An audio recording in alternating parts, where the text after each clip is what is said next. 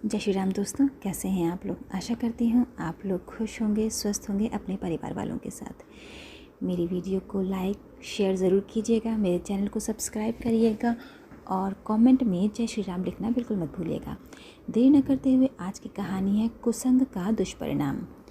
सच है, कोई पुरुष अत्यंत धैर्यवान, दयालु, सद्गुणी, सदाचारी, नित्यज्ञ, कर्तव्यनिष्ठ और गुरु का भक्त अथवा विद्या विवेक संपन्न भी क्यों न हो, यदि वह निरंतर अत्यंत पाप बुद्धि दुष्ट पुरुषों का संग करेगा तो वह अवश्य ही क्रमशः उन्हीं की बुद्धि से प्रभावित होकर उन्हीं के समान हो जाएगा।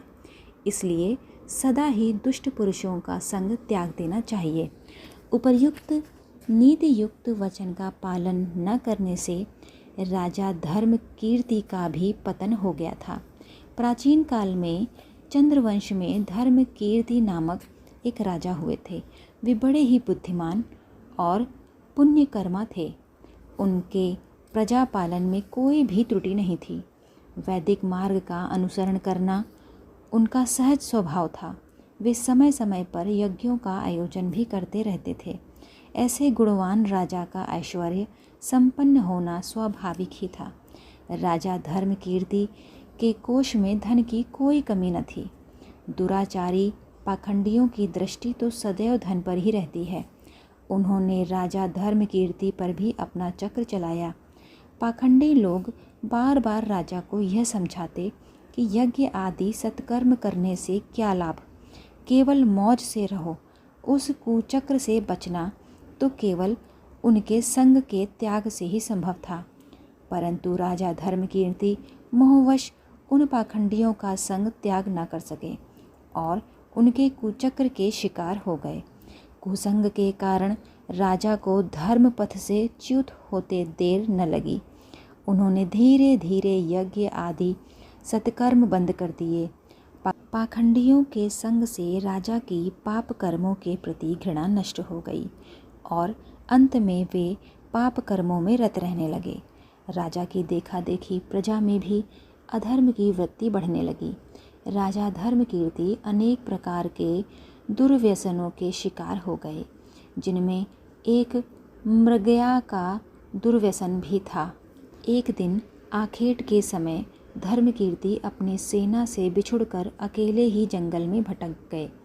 भटकते भटकते वे नर्मदा के तट पर पहुँचे और नदी के निर्मल जल में प्रवेश कर उन्होंने अपनी थकान दूर की। संध्या हो गई थी और अंधेरा होने लगा था, अतः राजा भय से आगे नहीं बढ़े और वहीं नर्मदा के तट पर विश्राम करने लगे। संयोगवश उस दिन एकादशी तिथि थी।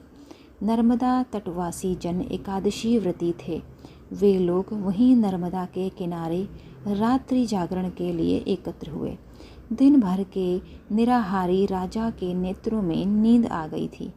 वे भी तटवासियों के साथ रात्रि जागरण में सम्मिलित हो गए और रात्रि भर भजन कीर्तन में लगे रहे। राजा धर्म कीर्ति भूख की व्यथा सहन न कर सके, जिससे प्रातःकाल होते होते उनके प्राण प्रयाण कर गए। उनके प्रारब्ध में यही लिखा था, प्राणों के प्रयाण करते ही धर्म कीर्ति को यमदूतों ने आ घेरा और वे उन्हें यमराज के पास ले गए। विधान का लेखा रखने वाले चित्रगुप्त ने बताया, देव, यद्यपि राजा धर्म कीर्ति ने बहुत से पाप कर्म किए हैं, परंतु अंतिम दिन इन्होंने एकादशी के उत्तम व्रत का पालन करके रात्रि भर जागरण तथा भजन कीर्तन करते हुए प्राणों का त्याग किया है। अतः इनके सभी पापों का क्षय हो गया है। पापों के क्षय वाले व्यक्ति का यमलोक में क्या काम, वह तो उत्तम लोक का भागी होता है। यमराज ने धर्म कीर्ति को साष्टांग प्रणाम किया और अपने दूतों को सावधान करते हुए उन्हें आदेश दिया, जो भगवत पूजा में तत्पर, धर्मपरायण, गुरुजन सेवक, वर्णाश्रमोचित, आचारनिष्ठ, दीन रक्षक, एकादशी व्रती, मृत्यु काल में भजन कीर्तन में तल्लीन, भगवत कथा अमृत के सेवी, संपूर्ण कर्मों को भगवान को अर्पण करने वाले, ब्राह्मण भक्त, सत्संगी और अतिथि सत्कार के प्रेमी हों, ऐसे व्यक्ति सदैव उत्तम लोक के अधिकारी होते हैं। अतः इन्हें स्वर्ग लोक भेज देना चाहिए। इस निर्णय के अनुसार राजा धर्मकीर्ति स्वर्ग लोक को भेज दिए गए। वहाँ बहुत काल तक स्वर्ग के भोग भोग कर पुण्य क्षीण होने पर उन्होंने पुनः इस पृथ्वी पर सत्यपरायण धर्मात्मा मुनि गालव के यहाँ जन्म लिया। उनका नाम हुआ भद्रशील। बालक भद्रशील में बड़े अद्भुत गुण थे। भगवान विष्णु का ध्यान, भजन, चिंतन यही उस बालक का स्वभाव था। बालकपन में ही उसने अपने मन और इंद्रियों को वश में कर लिया था। खेल ही खेल में वह मिट्टी से भगवान विष्णु की प्रतिमा बनाकर उनका पूजन किया करता था। भद्रशील ने अपने साथी बालकों को भी भगवान विष्णु का पूजन आराधना करना सिखा दिया था।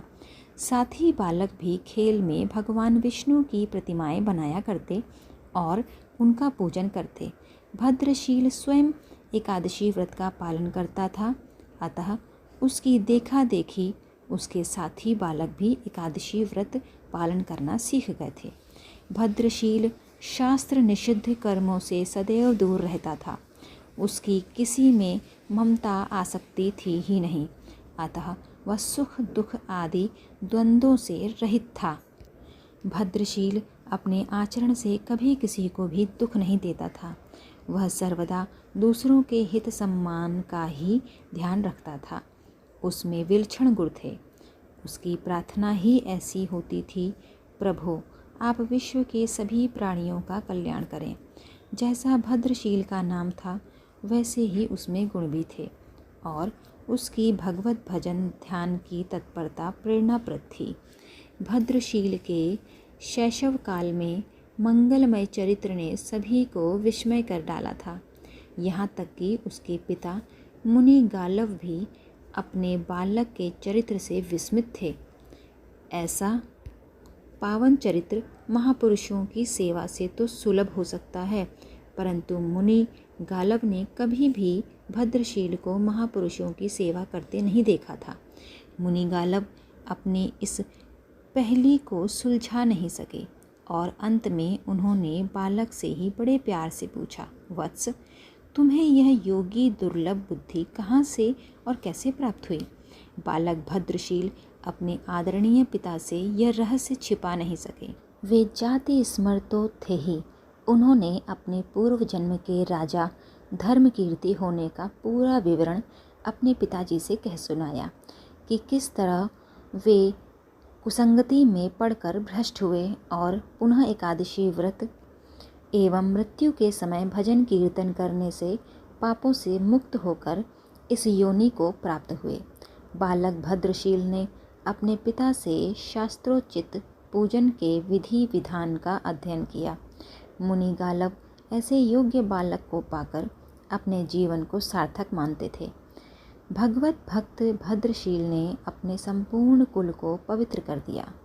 सो कुल धन्य उमा सुनो, जगत पूज्य सुपुनीत, श्री रघुबीर परायण जेहि नर उपज विनीत। आपको इस बात की जानकारी नारद पुराण में मिल जाएगी। ये कहानी आप लोगों को कैसी लगी मुझे कमेंट में जय श्री राम लिखकर ज़रूर बताइएगा। तब तक के लिए जय श्री राम।